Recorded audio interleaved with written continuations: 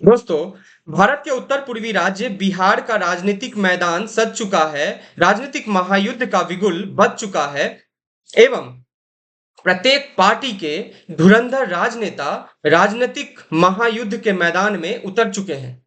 लेकिन एक सवाल जो बिहारियों के समक्ष आज भी ज्यों का त्यों है, वह यह है कि क्या इन नेताओं के पास कोई ऐसा ठोस मजबूत प्लान है जिससे कि बिहार से पलायन किए हुए बिहारी मजदूर भाइयों को बिहार वापस लाया जा सके। कोई ऐसा ठोस प्लान है जिससे शिक्षा, रोजगार, अर्थव्यवस्था, इंफ्रास्ट्रक्चर को मजबूती मिल सके बिहार में। लेकिन दोस्तों, आज मैं इस विषय पर चर्चा नहीं करूंगा, इससे भी एक बहुत ही ज्यादा सेंसिटिव मुद्दा पर चर्चा करूंगा, जो कि बिहार के नेताओं के लिए अत्यंत ही महत्वपूर्ण मुद्दा है, जिसके बेस पर ही वो चुनाव लड़ते हैं।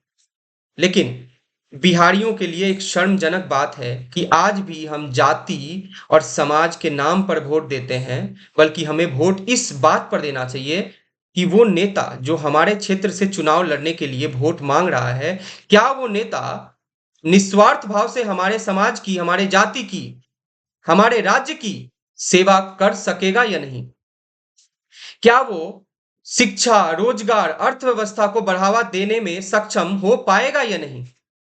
दोस्तों, अगर 2022 के बिहार की सर्वे की माने तो बिहार के कुल आबादी 13,72,05,310 है, जिसमें 37% बैकवर्ड है, 36.01% इकोनॉमिकली बैकवर्ड क्लास है, एससी की प्रतिशत 20% है, एसटी 2% है, जनरल या फॉरवर्ड क्लास कास्ट की अगर हम बात करें तो वो 15.52% है, यादव 14% है, कुर्मी 3% है, कुशवाहा 4.21% है, ब्राह्मण्स अमूमन 3% के आसपास है, राजपूत 3.45% के आसपास है।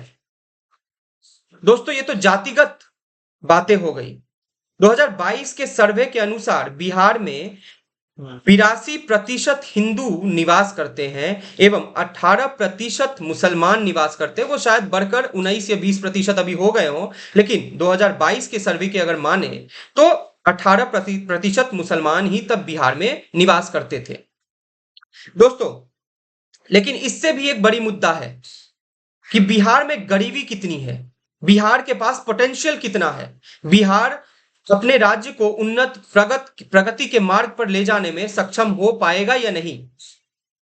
दोस्तों, एक आंकड़ा मैं आपको बताता हूं। बिहार में आज भी 34.13% परिवार गरीब हैं, जो माह के 6,000 रुपयों से कम कमाते हैं। बिहार में 4% परिवार ही केवल 50,000 रुपयों से ज्यादा का आय महीना में कमाते हैं। 16.73% परिवार बिहार के आज भी मजदूरी करके अपना जीवन यापन करते हैं। दोस्तों, बिहार में 20 लाख लोगों के पास सरकारी नौकरी है, जो कि बिहार की कुल आबादी का 1.57% है। दोस्तों, बिहार में आज भी, ये बहुत ही दुखद है, ये आंकड़ा जब आप सुनेंगे तो आपको बहुत ही कष्ट पहुंचेगा कि बिहार में आज भी 96% लोग ऐसे हैं, 96% लोग ऐसे हैं जिनके पास कोई गाड़ी नहीं है, कोई यातायात का साधन उनके पास अपना पर्सनल साधन नहीं है। दोस्तों, बिहार के कुछ ऐसे भी आंकड़े हैं जो शायद आप जब सुनेंगे तो ऐसा लगेगा कि बिहार के पास इतनी शक्ति है, इतना सामर्थ्य है कि वो बिहार के राज्य कोष को भर सके, और भर ही नहीं सके बल्कि अभी के मौजूदा राज्य कोष से 3-4 गुना उसको बढ़ा सके। बिहार के कुल आबादी का 60 से 65% जनसंख्या 25 वर्ष की उम्र का है। तो आप सोचिए बिहार के पास कितना पोटेंशियल है। अगर जो बिहारी दूसरे राज्यों में जाकर अपनी श्रम के दम पर वहां के सड़कें बना रहे हैं, वहां का इमारतों का निर्माण कर रहे हैं, वहां पर सब्जियां बेच रहे हैं, अगर वो हमारे बिहार में लौट आए तो बिहार का राजस्व कितना बढ़ सकता है, आप बस इस चीज का आंकड़ा लगाइए। मैं आपको कुछ और आंकड़े बताता हूं। बिहार में 13 करोड़ या 14 करोड़ के आसपास जनता है, लेकिन बिहार में आज भी 90% बिहार ग्रामीण क्षेत्र के अंतर्गत आता है। क्योंकि इसका कारण यह है कि बिहार में जो शहरीकरण होने का जो प्रयास किया जा रहा है उसमें बिहार नीचे से दूसरे नंबर पर आता है। हिमाचल पहला होता है नीचे से, और बिहार दूसरे नंबर पर शहरीकरण करने के प्रयास में आता है। तो आप सोचिए बिहार का शहरीकरण कितनी मजबूती से हो रहा है। बिहार में शहर है ही नहीं, 2-4 शहरों को छोड़ दे।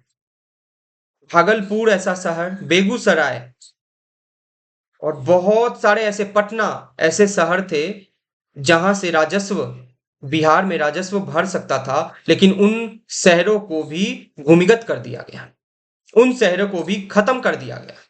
बरौनी ऐसा एक शहर था बिहार का, एक ऐसा क्षेत्र था बिहार का जिस क्षेत्र में अगर बिहार सरकार, बिहार के नेता अगर प्रयास किए होते तो उस क्षेत्र को बढ़ावा देने से ही बिहार का राजस्व डबल ट्रिपल हो सकता था, लेकिन उस क्षेत्र को बढ़ावा नहीं दिया गया। आज शहरीकरण करने का प्रयास में भारत नीचे से 2 नंबर पे आता है। ये कितना दयनीय और दुखद बात है। दोस्तों, मैं आपको और एक आंकड़ा सुनाता हूं और इसके बाद आप खुद तय करना कि ये झूठ है या सही है। बिहार की शिक्षा को लेकर ये आंकड़ा है। बिहार में शिक्षा दर 70% है। मैं मौन हूं इस बात पर, मैं और कुछ नहीं बोलूंगा इस बात पर। 70% बिहार का शिक्षा दर है, लेकिन ये कागजी शिक्षा दर है, ये नेताओं के कलम से लिखे गए शिक्षा दर है। यदि असलियत में शिक्षा दर को देखा जाए तो वो शायद 40-50% के आसपास आके सिमट जाएगा, क्योंकि स्कूल और कॉलेजों में किस प्रकार का शिक्षा दिया जा रहा है वो हर एक बिहारी को पता है। इंजीनियरिंग कॉलेजेस में प्रैक्टिकल नहीं कराया जाता। बिहार के इंजीनियरिंग कॉलेजेस में प्रैक्टिकल के नाम पर बस थ्योरी पढ़ाकर छोड़ दिया जाता है। उस राज्य का शिक्षा दर 70% है।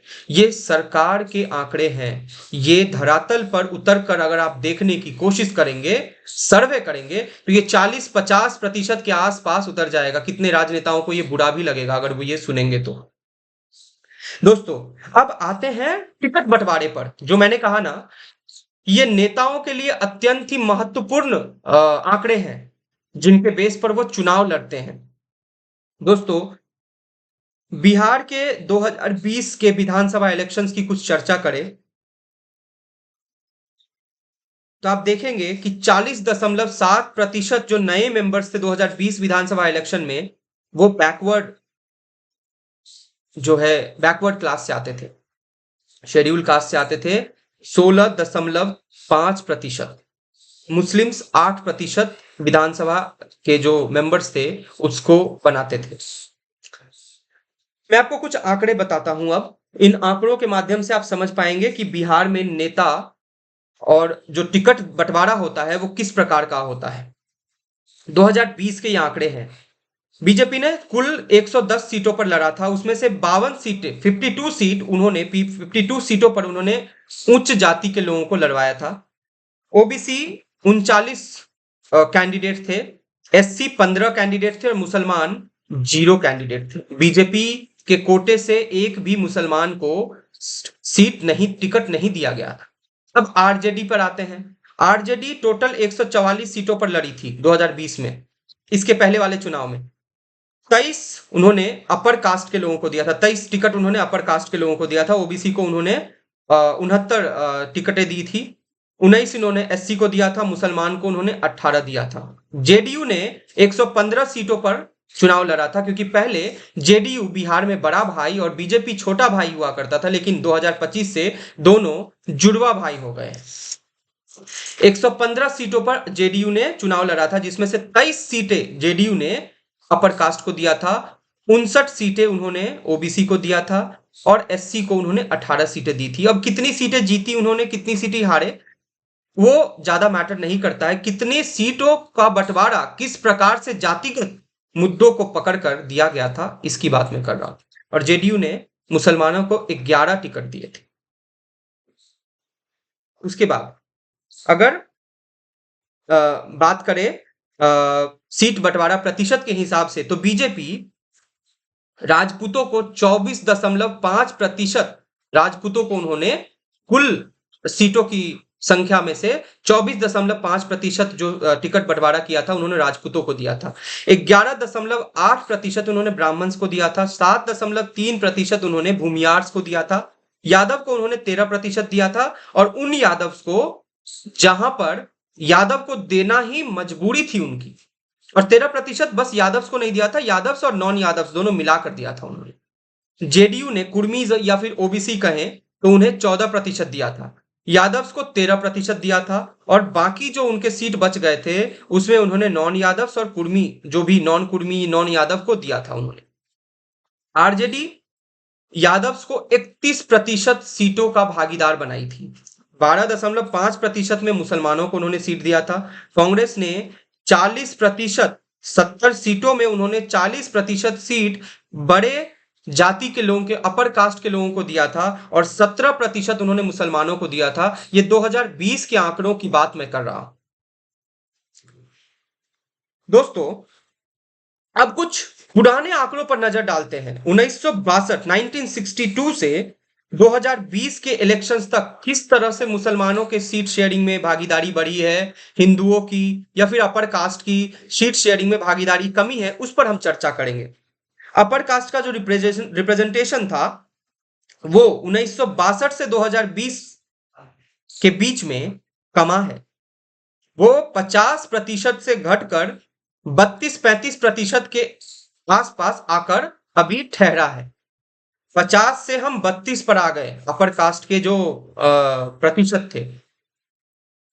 ओबीसी का रिप्रेजेंटेशन जो है 22% से अब 45% के आसपास चला गया। 22% वो 1962 के आसपास था, और अभी 2020 के आसपास वो 45% के आसपास चला गया है। शायद वो इस बार 2025 के चुनावों में और बढ़ जाए।